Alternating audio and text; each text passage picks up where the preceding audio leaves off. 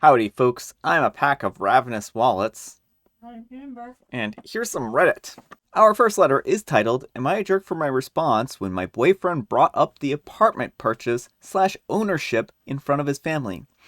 For context, I'm a 29-year-old female, and I've been with my boyfriend Adam, a 27-year-old male, for 2.5 years. He's the quiet, shy type. It's very hard to get him to open up about what's bothering him. For now, I'm the only one with an income. We get along easily, though he can be a bit unreasonable sometimes. For example, he doesn't cook because he's worried that I won't like his food, but still cooks for himself, and the smell is pretty telling that he's cooking something that's tasty. Another, for example, is that he doesn't do most of the chores, saying that he's worried that he might break or damage something. It's frustrating, but we're working on it. Now, on to the more complicated issue. I put aside money since 2015 to buy a house apartment, and I'm finally able to get it done this year.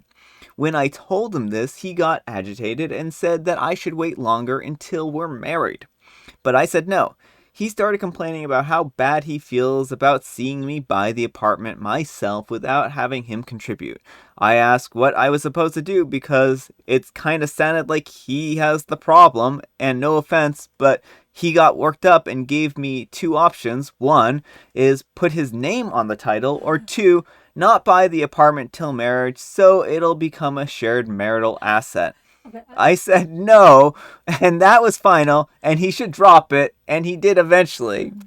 What were you gonna say, I Amber? was gonna say I like how he's not like we should wait until I have money to contribute. We should wait until we're married, so it's automatically mine. Yeah. At his family house, I was taken aback when he started complaining about the apartment again and told me to either put his name on the title or wait till marriage to buy it, because he feels like there's a huge power imbalance here, and that he can't bring himself to accept it.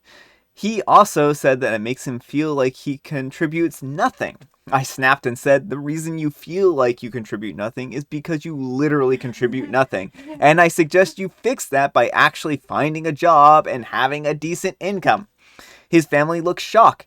He glanced at me and got up and walked away. I waited for him to come back, but he had to go home because his mom said that he felt too overwhelmed and wanted some space. She then basically started shaming my statement and hinted about the financial abuse and control over her son. He's not home yet, demanding another talk about the apartment and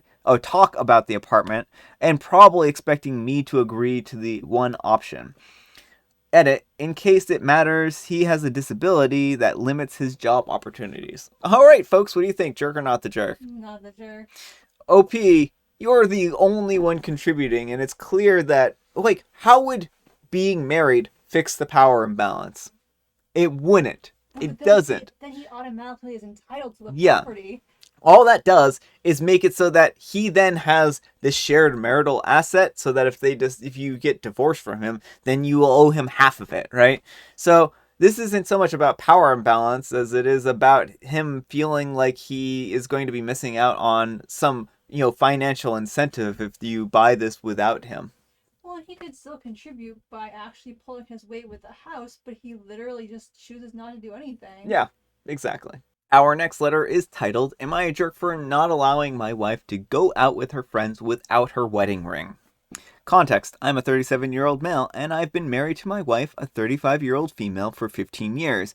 We've never really had any major fights in the time that we've been together, just petty arguments. This, however, might be our biggest dispute yet.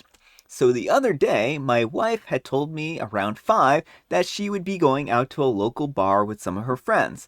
And I was all for it, since she's been working the whole week. It was going all right up until about 4:45, and she was getting ready to go. I noticed that she had placed her wedding ring on our dresser. I asked her what that was all about, and she said she just wanted to forget about things when she was at the bar, and that she didn't want to be bothered or worried about her love life when she's out. I thought that was peculiar, and I asked her if she felt embarrassed about her love life, and she said she didn't want to start this fight again, and I told her that she wasn't leaving until she wore the ring that I had bought for our marriage. She was pissed. Eventually, she decided that she wasn't going since I wouldn't mind my own business, but I just really don't understand why she was so keen on leaving her wedding ring when she was going out. She had never done anything like that in the past, and I have never took my ring off while leaving the house for any occasion. She has been giving me the silent treatment ever since, and I really haven't said anything back because it was just a stupid reason not to meet up with friends. Am I the jerk? Alright, folks, what do you think? Jerk or not the jerk? I'm leaning toward jerk. There's part of me that wants to say everyone's is a little bit of a jerk, but the way he tells the story, I'm inclined to think there's something deeper that's going on with her. It sounds like this is an ongoing issue just because she said we don't want to start this fight again. And I think that there's a lot of info missing here, and it's going to be difficult for me to make a final judgment in one way or another.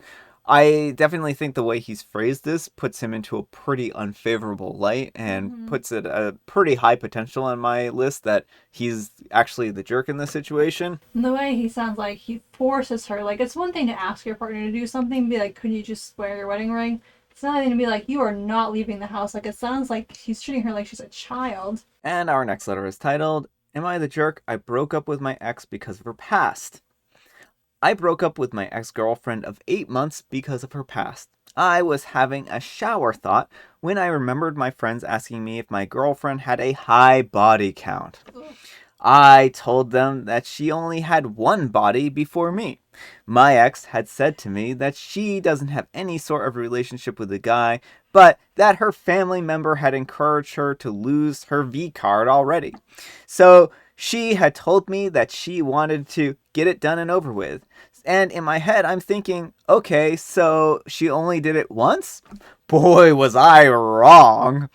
I asked her the same day how many times and that she slept with the guy and had actually done it. She was getting upset with me asking her, but she said that she wasn't sure, but eventually said 3 times, including that she didn't remember clearly.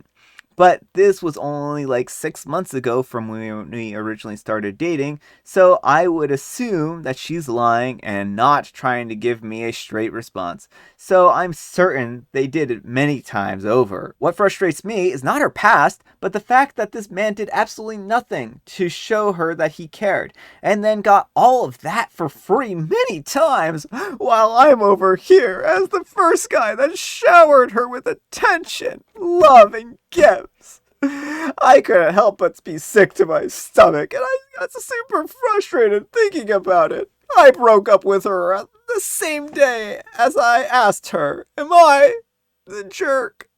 Yeah, actually, I think that she got the better deal out of this.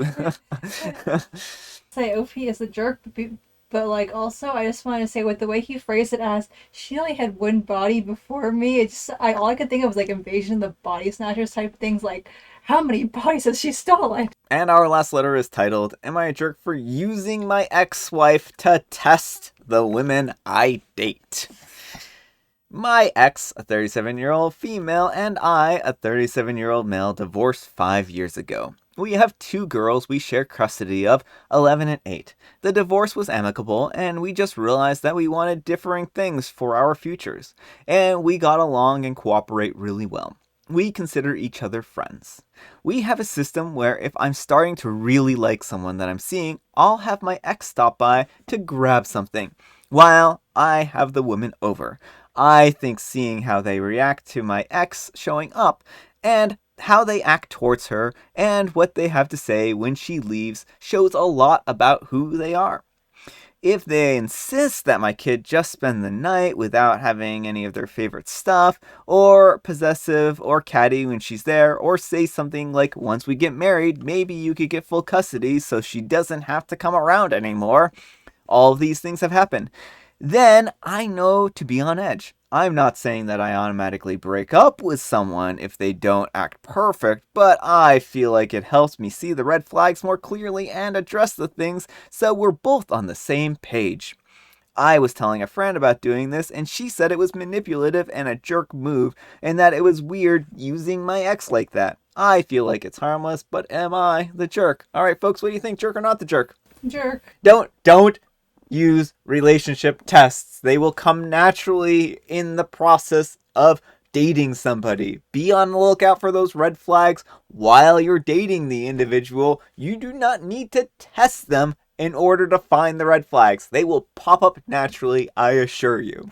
Yeah, or you could just like, if you're worried that they'll react badly to the ex, just set up as to be like, oh hey, my ex is coming to pick up the kids. Yeah, Be aware of that. exactly. Like, there shouldn't be out of the blue type of things here. This is just kind of a gross manipulative thing. That's the way it feels. Anyhow, take care and good luck. All right, folks, it is tea time. Grab your beverages of choice. I have some tea.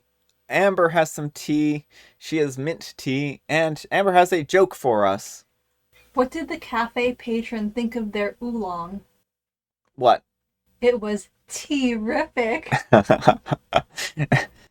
And Amber came up with that joke. She's very proud of it. I thought it was perfect for tea time. It's perfect for tea time. And I have Mega Mint. All right, folks, that's all the time we have for today. Happy Friday, Junior. Happy Friday, Junior. Today, just keep in mind that we are having the live stream on the 29th. I have indeed fixed the actual end card here, so it says the right date. I hope you enjoyed today's video. If you did, consider giving me a like, and if you didn't, consider giving me a dislike. Thanks so much for watching, and we'll see you all tomorrow.